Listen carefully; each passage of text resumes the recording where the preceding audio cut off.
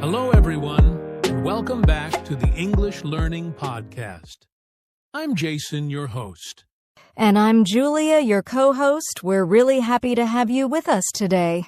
If this is your first time listening, welcome. This podcast is made for English learners who want to improve their English in a simple, clear, and practical way. Yes, and today's topic is very exciting and very useful. We're going to talk about how to fix your English accent in 2026.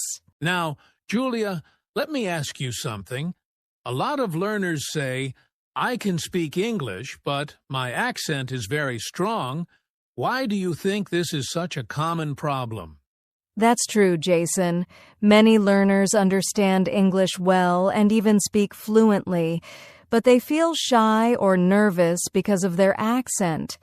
They worry that people won't understand them, or they're afraid of sounding wrong. Exactly.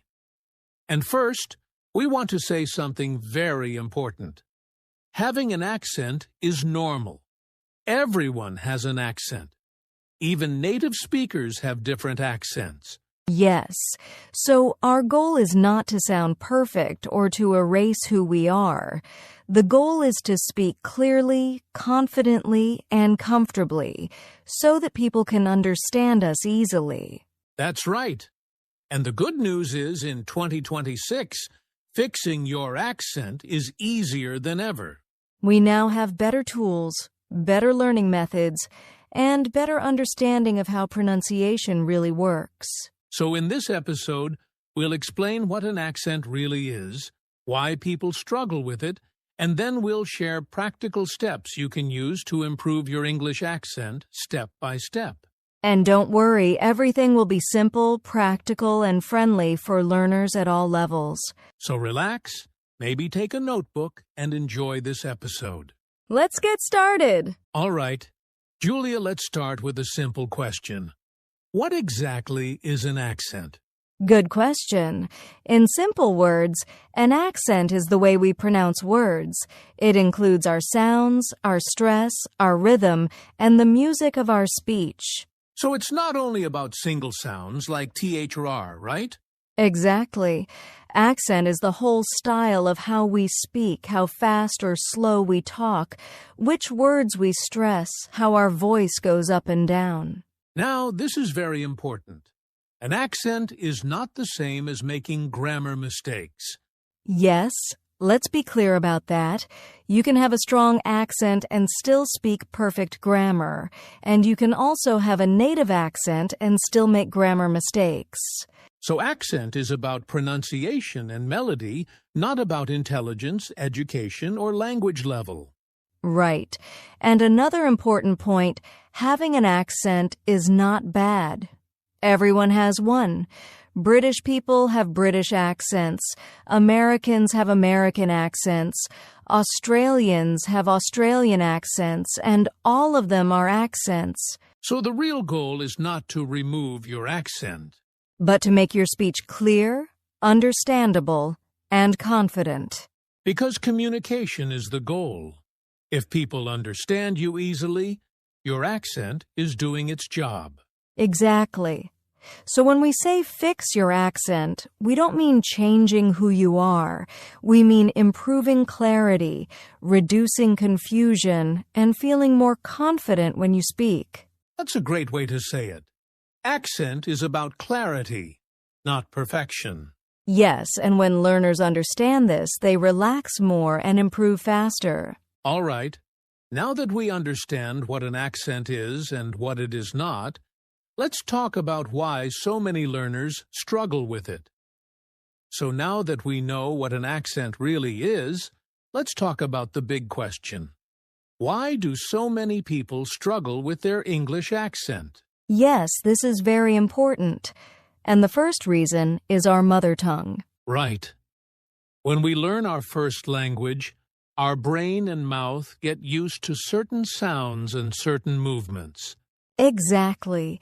And when English has new sounds that don't exist in our language, our mouth doesn't know how to make them easily. So we automatically use the closest sound from our own language and that creates an accent. The second reason is that many learners don't listen enough to real English. Yes, they read books, they learn vocabulary, they study grammar, but they don't spend enough time listening to natural speech. And if you don't hear how English really sounds, your brain cannot copy it. Another big reason is fear. Yes, fear of making mistakes, fear of sounding silly, fear of being judged. So learners speak less, and when they speak less, they don't train their accent. And finally, many learners think accent is only about the brain, but it's also about the body. Right. Your mouth, your tongue, your lips, your jaw, they are muscles, and they need training. If you don't train them, your accent will not change much, even if you understand everything. So accent problems are not because you are bad at English. They are natural, normal, and very common, and the good news is they can be improved. Exactly. And now, let's talk about how accent learning is different and better in 2026. So, Julia, we've talked about what an accent is and why people struggle with it. Now let's talk about something positive, how accent learning has changed in 2026. Yes, and honestly, Jason, this is a great time to be an English learner. Absolutely. In the past, learners mostly used books, CDs, or classroom teachers. But now in 2026, learners have access to real English everywhere on their phones, computers, and even smart devices. One big change is technology. We now have apps and tools that can listen to your pronunciation and give you instant feedback. Yes, you can record your voice, compare it with a native speaker, and see exactly where you need to improve. Another change is that learners can choose the accent they want to follow: American, British, or international English. That's very helpful because consistency is important. If you copy one clear model, your accent improves faster. We also have better learning methods now.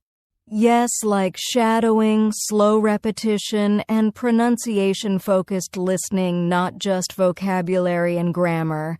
And finally, learners are more confident now.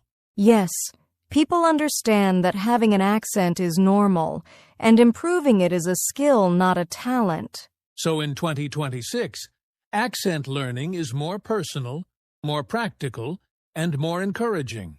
Which means if you follow the right steps, you really can improve your English accent. And speaking of steps, let's start with the first one. Yes, step 1. Train your ear before your mouth. All right, Julia, let's begin with step 1. Train your ear before your mouth. Yes, this is very important because you cannot pronounce a sound well if you cannot hear it well. Exactly. Many learners try to speak first, but they don't spend enough time listening. So their brain has no clear model of how English should sound. So what does training your ear really mean? It means listening to real English every day, not just any English, but clear, natural, high-quality English. That could be podcasts, YouTube videos, movies, interviews, or even audiobooks. Yes, and the key is to listen actively, not just in the background. Active listening means you focus on how words are pronounced, not only what they mean. You notice the sounds, the stress, the rhythm, and the intonation. Another important tip is to choose one accent model. Yes, for example, General American or British received pronunciation. Don't mix too many accents at the same time. Because consistency helps your brain build a clear sound system. You can also use simple techniques like repeating short sentences after the speaker or pausing and copying. This prepares your mouth for later speaking practice. Think of it like music. You listen to a song many times before you sing it. Exactly. Your ear learns first, then your mouth follows. So if you want to fix your accent, don't rush to speak fast. Slow down, listen carefully, and build a strong sound foundation. And once your ear is trained, training your mouth becomes much easier. Which brings us to step 2, training your mouth muscles. All right, Julia, now that we've trained our ears, it's time for step 2, train your mouth muscles. Yes, accent is not just in your brain, it's also in your mouth, lips, tongue, and jaw. All of these are muscles that need practice. Exactly. Many learners know the sounds in theory, but their mouth doesn't move the right way yet. So the first tip is slow practice. Don't rush. Pronounce every sound clearly, even if it feels unnatural at first. For example, sounds like "the" in think, or "this" are difficult for many learners.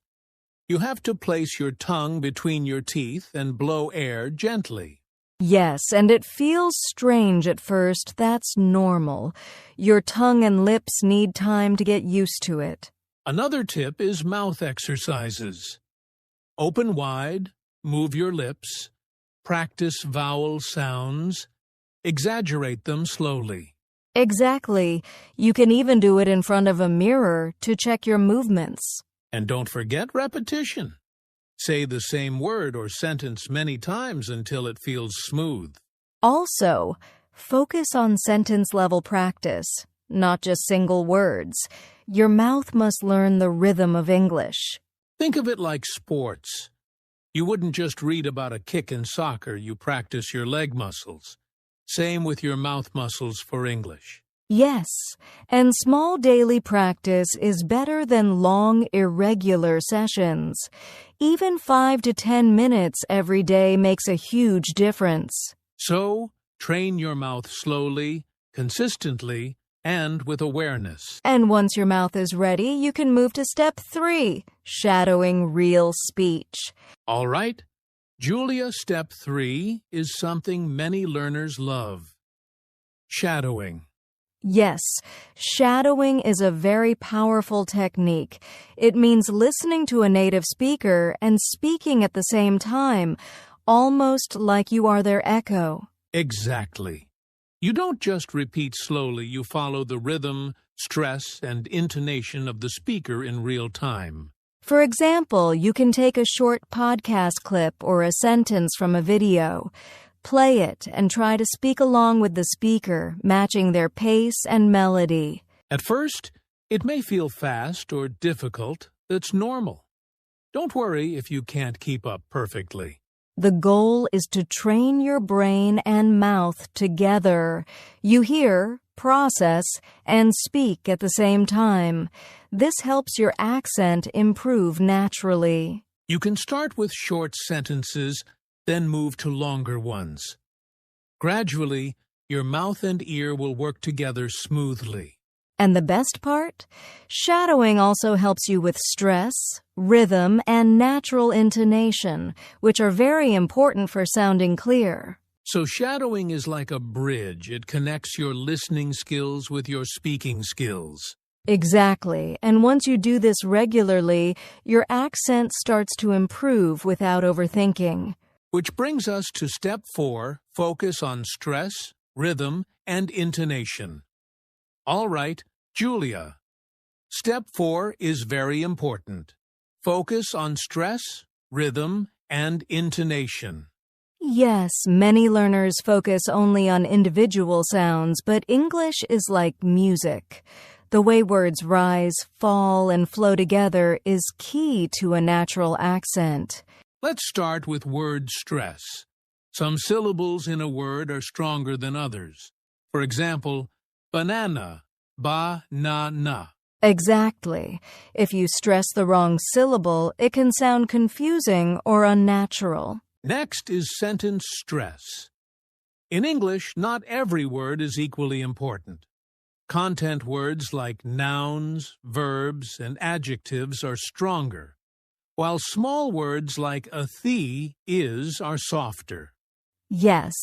So a sentence like I want to learn English, the stress is on want, learn, and English. The other words are softer. And finally, intonation, the rise and fall of your voice. It shows questions, statements, excitement, or emotion. Exactly. For example, when asking a question, your voice often rises at the end. When making a statement, it falls. So practicing stress, rhythm, and intonation helps your speech sound natural and understandable, not robotic. And the good news is you can train this while shadowing or reading aloud. Yes, combine listening, shadowing, and these musical patterns, and your accent improves much faster. Which leads us nicely into the next part, common accent mistakes learners make. All right, Julia, before we finish the practical steps, let's talk about common accent mistakes learners make. Yes, knowing these mistakes can save a lot of time and frustration. The first one is focusing only on single sounds. Many learners practice the or are in isolation, but they forget that in real speech, sounds are connected. Exactly. English flows, so practicing words and sentences is much more effective than just isolated sounds. The second mistake is trying to memorize the IPA symbols without practice. You can know all the symbols, but if you don't move your mouth and speak regularly, it doesn't help. Yes, accent is physical, so theory alone is not enough. The third mistake is ignoring stress and rhythm. Learners often speak word by word, evenly, like a robot, which makes them hard to understand. And the last common mistake is giving up too early. Improving your accent takes consistent daily practice, even small practice matters. Exactly. Many learners see slow progress in the first few weeks and get discouraged.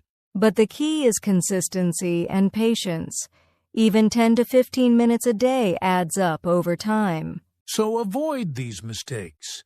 Train your ear, your mouth, and your rhythm, and your accent will naturally improve. And now it's time to wrap up with some motivation, a recap, and a call to action. All right, Julia, we've covered a lot today. Let's give our listeners some motivation. Yes, remember, improving your English accent is not about perfection.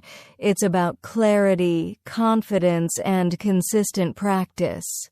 We talked about training your ear first, training your mouth muscles, shadowing real speech, and focusing on stress, rhythm, and intonation. And we also discussed the common mistakes to avoid so you can practice smarter, not harder. So here's the encouragement. Don't be afraid of your accent.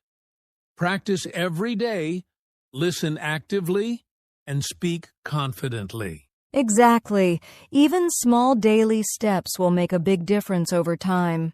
If you enjoyed this episode, don't forget to subscribe, like, and leave a comment telling us your biggest challenge with English accents. And remember, your accent is part of who you are, but clarity and confidence are something you can train. That's right. Keep practicing, and you'll notice the improvement in 2026 and beyond. Thanks for listening, and see you in the next episode.